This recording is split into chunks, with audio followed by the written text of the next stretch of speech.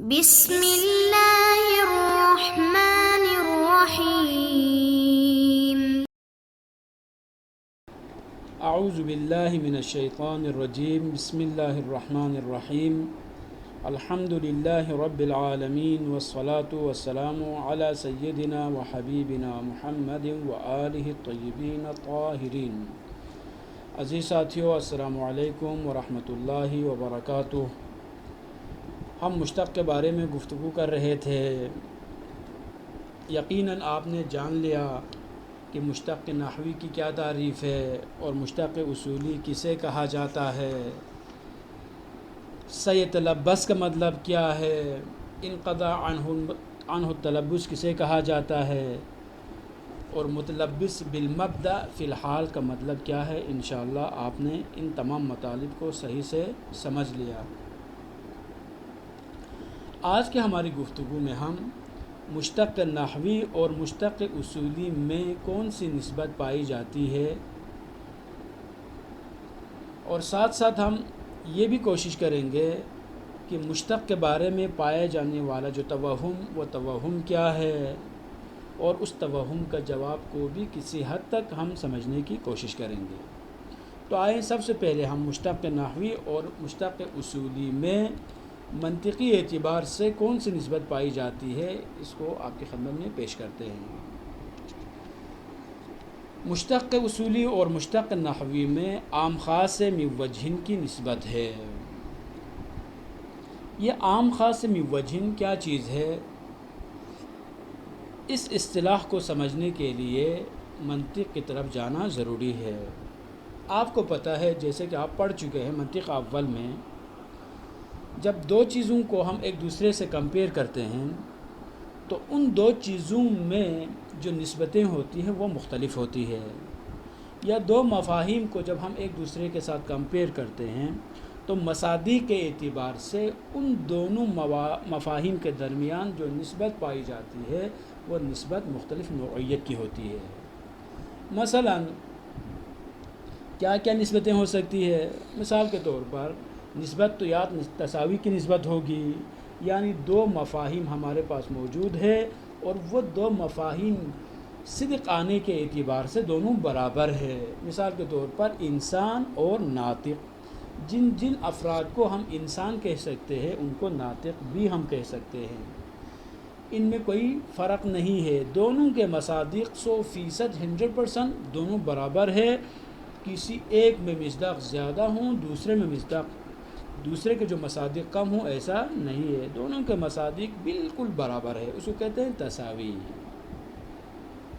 لیکن بعض اوقات دو مفہوم کے درمیان از حیث مصداق جو نسبت ہوتی ہے وہ تباین کی نسبت ہوتی ہے۔ تباین کا مطلب کیا ہے؟ 100% ان میں کنٹرڈکشن موجود ہے، جن مصادیق پر مفہوم اول منطبق آتا ہے وہ بالکل مختلف ہے ان مصادیق سے جن پر مفہوم دوم منطبق آتا ہے، وہ فٹ آتا ہے۔ مثال کے طور پر انسان اور حجر میں اگر ہم نسبت سنجی کریں تو جن چیزوں کو ہم پتھر کہتے ہیں ان پر انسان صدق نہیں آتا، اور جن اشخاص کو ہم انسان کہتے ہیں ان کو پتھر نہیں کہا جاتا۔ کبھی بھی پتھر انسان نہیں ہوگا اور انسان پتھر نہیں ہو سکتا ہے، اس کو کہتے ہیں تباین۔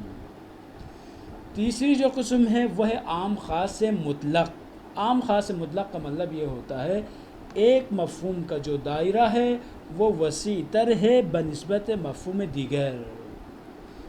مثلا اگر ایک میں 100 افراد موجود ہیں تو دوسرے میں 100 افراد نہیں ہے، بلکہ ان 100 میں سے بعض افراد کو یہ مفہوم دوم شامل کرتا ہے۔ مثلا انسان اور عالم، اگر ان دونوں میں اگر ہم نسبت کی بات کریں تو جن افراد کو انسان کہا جاتا ہے ان تمام کو ہم عالم نہیں کہہ سکتے۔ انسان کا دائرہ وسیع ہے اور عالم کا جو دائرہ ہے وہ تھوڑا سا کم ہے، یعنی جو عالم ہے وہ انسان بھی ہے، لیکن جن کو انسان ہم کہتے ہیں یا جو انسان ہے وہ سب کے سب عالم نہیں ہے، یا جو اصولی ہے ان کو ہم علماء کہہ سکتے ہیں، لیکن جتنے بھی علماء موجود ہیں سب کو ہم اصولی نہیں کہہ سکتے۔ یا اسی طرح سے جن جن افراد کے پاس علم موجود ہے، علم نحو موجود ہے، ہم اس کو کیا کہتے ہیں؟ نحوی کہتے ہیں، لیکن تمام انسانوں کو ہم نحوی نہیں کہہ سکتے۔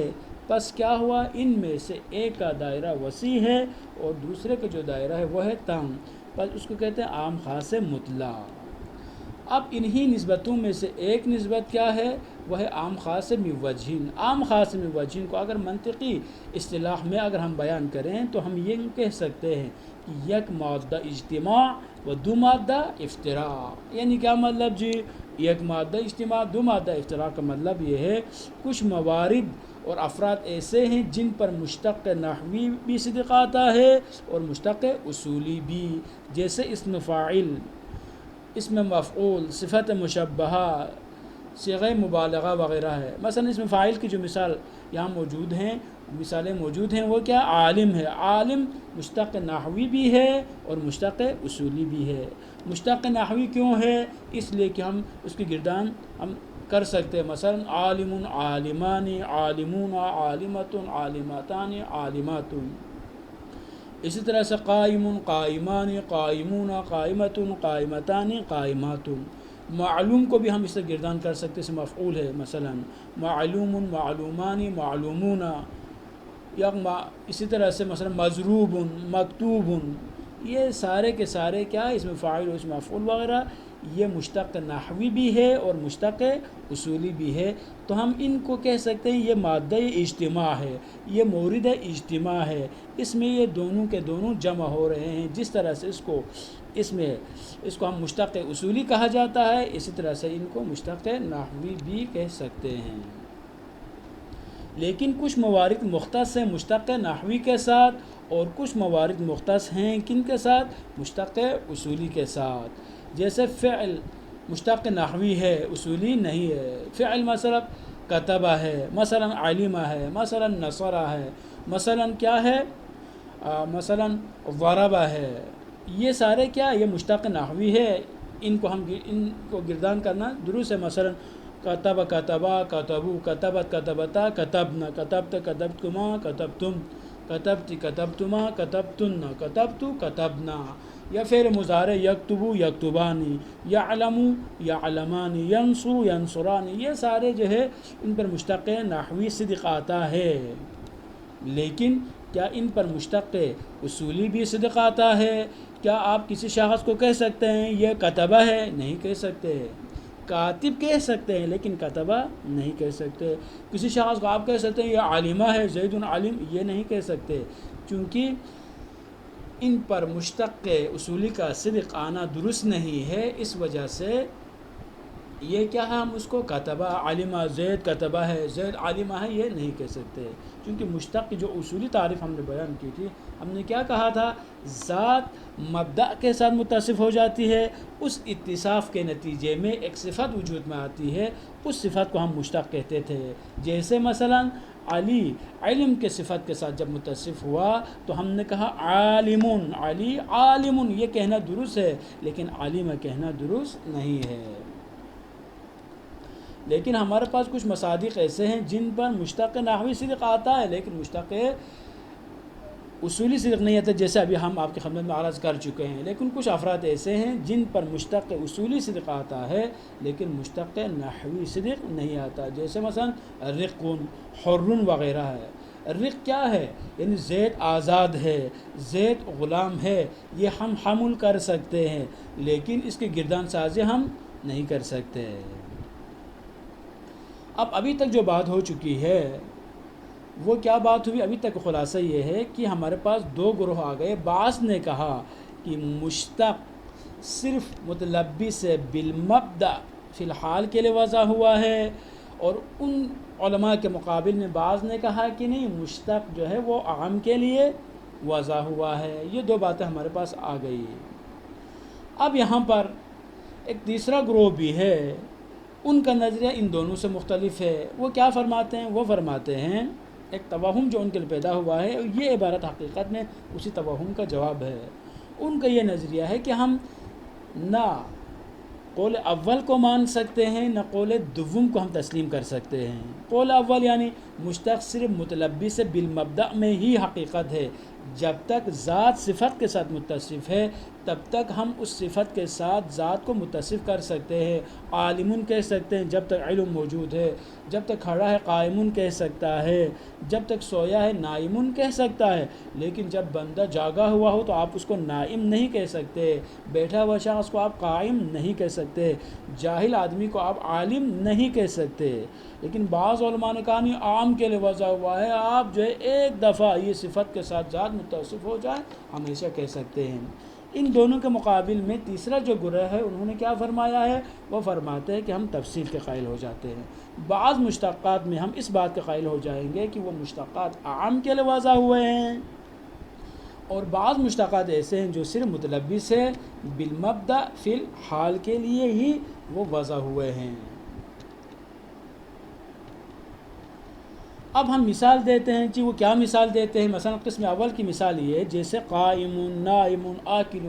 یہ علماء فرماتے ہیں دیکھیں یہ جو مشتقات ہے قائم کی طرح، نائم کی طرح، آکل، یہ جو ہے صرف متلبس بالمبدا فی الحال کے لیے واضح ہوئے ہیں. یعنی قائم ہم اسی شخص کو کہیں گے جو اس وقت کھڑا ہو، نائم اسی شخص کو کہہ سکتے ہیں جو اس وقت سویا ہوا ہو، آکل اسی شخص کو ہم کہہ سکتے ہیں جو اس وقت کھا رہا ہو. لیکن اگر وہ کیا ہو؟ بیٹھا ہو، قاعد ہو، بیٹھا ہوا ہو تو ہم اس کو قائم نہیں کہہ سکتے.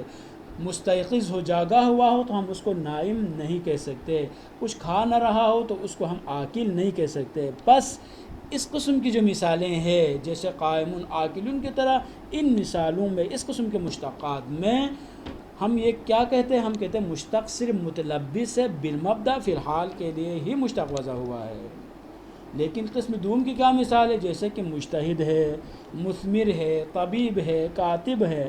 مثلا مجتہد، ایک مجتہد ہے جو فتویٰ نہیں دے رہا، یا ایک مفتی ہے جو فتویٰ نہیں دے رہا، سویا ہوا ہے، یا گاڑی میں سفر کر رہا ہے، یا وہ کہیں اور گیا ہوا ہے لیکن فتویٰ نہ دینے کے باوجود بھی ہم اس کو حقیقتاً مجتہد کہہ سکتے ہیں، مفتی کہہ سکتے ہیں.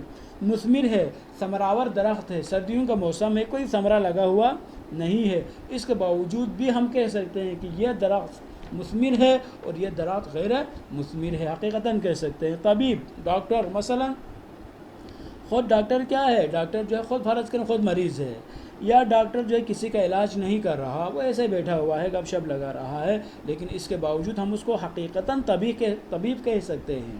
کاتب، رائٹر، مثلا رائٹر کسی کے آنے کے لیے ہمیشہ وہ بندہ لکھ رہا ہو کوئی ضروری نہیں ہے، ایک عنوان ہے، ایک ٹائٹل ہے.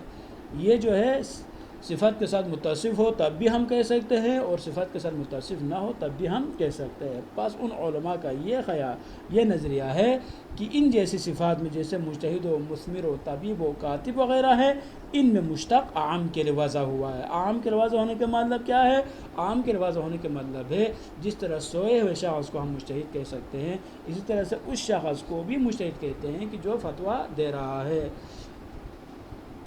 لیکن ہم نے اس کا جواب دیا تھا کہ مشتقات کی جو نوعیت ہے وہ نوعیت مبادی کے مختلف ہونے کے ساتھ ساتھ بدل جاتی ہے. اس توہم کا جواب کیا ہے؟